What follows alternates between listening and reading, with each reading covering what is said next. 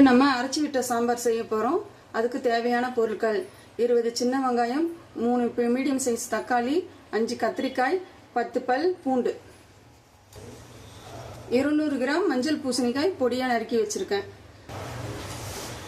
அரை கப்பு துவரம்பருப்பு, 1/4 cup சிறுபருப்பு, 2 table spoon கடலைப்பருப்பு, 2 டேபிள் ஸ்பூன் தனியா, 1/4 டேபிள் ஸ்பூன் வெந்தயம், அரை டேபிள் ஸ்பூன் மிளகு, அரை டேபிள் ஸ்பூன் சீரகம், 5 வரமிளகாய்,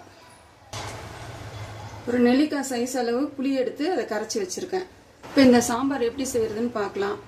எடுத்து வச்ச துவரம்பருப்பு, எடுத்து வச்ச சிறுபருப்பு ரெண்டையும் போட்டு 2 தண்ணியில் அலசி எடுத்துன்னு வந்துடலாம். இப்போ இந்த பருப்பு அலசின்னு வந்துட்டோம். பூண்டு, பெருங்காயம், 1/4 டீஸ்பூன் மஞ்சள் பொடி போட்டு இதுக்கு தேவையான தண்ணீர் ஊற்றி 4 விசில் வச்சு எடுத்துன்னு வந்துடலாம்.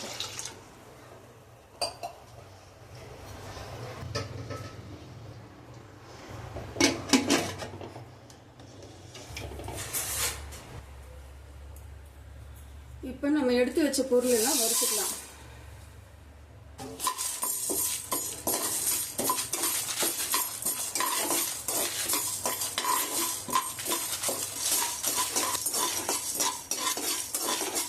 இப்போ நல்லா வறுபட்டுருச்சுங்க, நல்லா வாசனை வருது.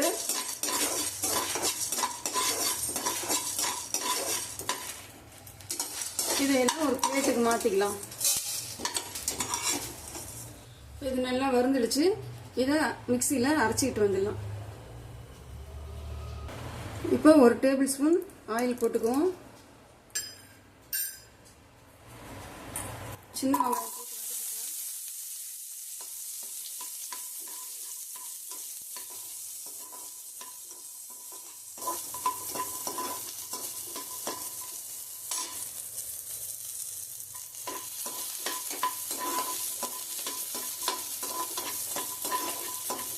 வெங்காயம் வதங்கிடுச்சு.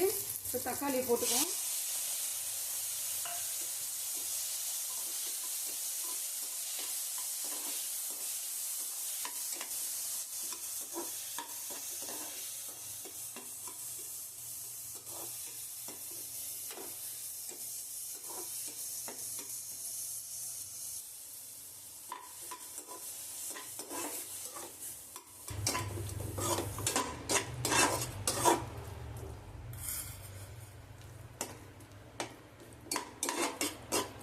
வெங்காயம் தக்காளி வதங்கிடுச்சு. இப்போ காயை போட்டுக்கலாம்.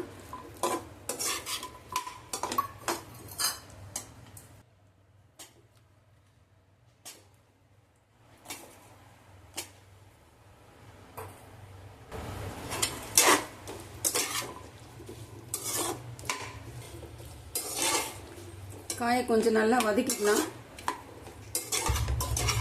காய் வதங்கிடுச்சு. கரைச்சி வச்ச புளி தண்ணி ஊற்றிக்கலாம்.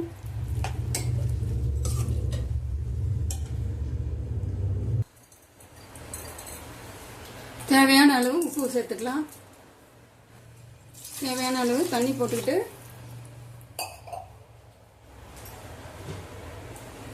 மூடி வச்சிருவோம்.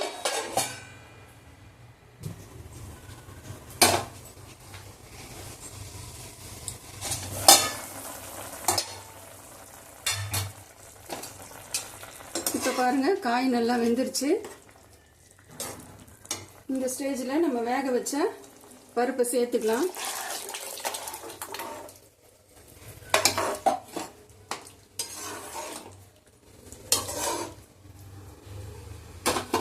அரைச்சி வச்ச மசாலாவையும் சேர்த்துக்குவோம். நல்லா கலந்து விட்டுருங்க.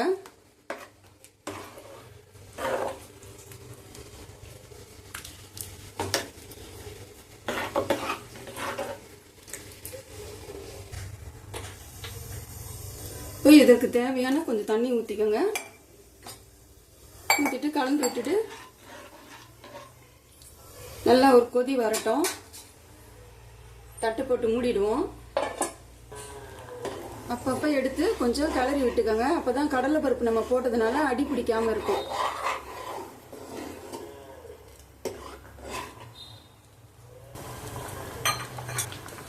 சாம்பார் நல்லா கொதிச்சிடுச்சு. இந்த ஸ்டேஜில் ஒரு சின்ன துண்டு வெல்லம் எடுத்து பொடிச்சு வச்சிருக்கேன். அதை போட்டு கலரி விடலாம்.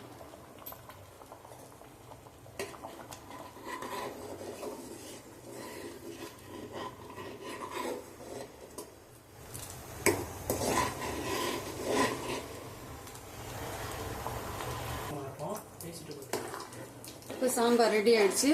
இப்போ இதில் தாளிச்சு கொட்டிடலாம்.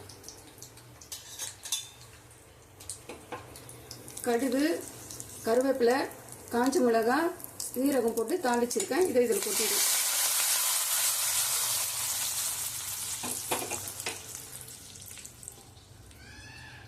இப்போ கொத்தமல்லி இலைகளை தூவிடுவோம்.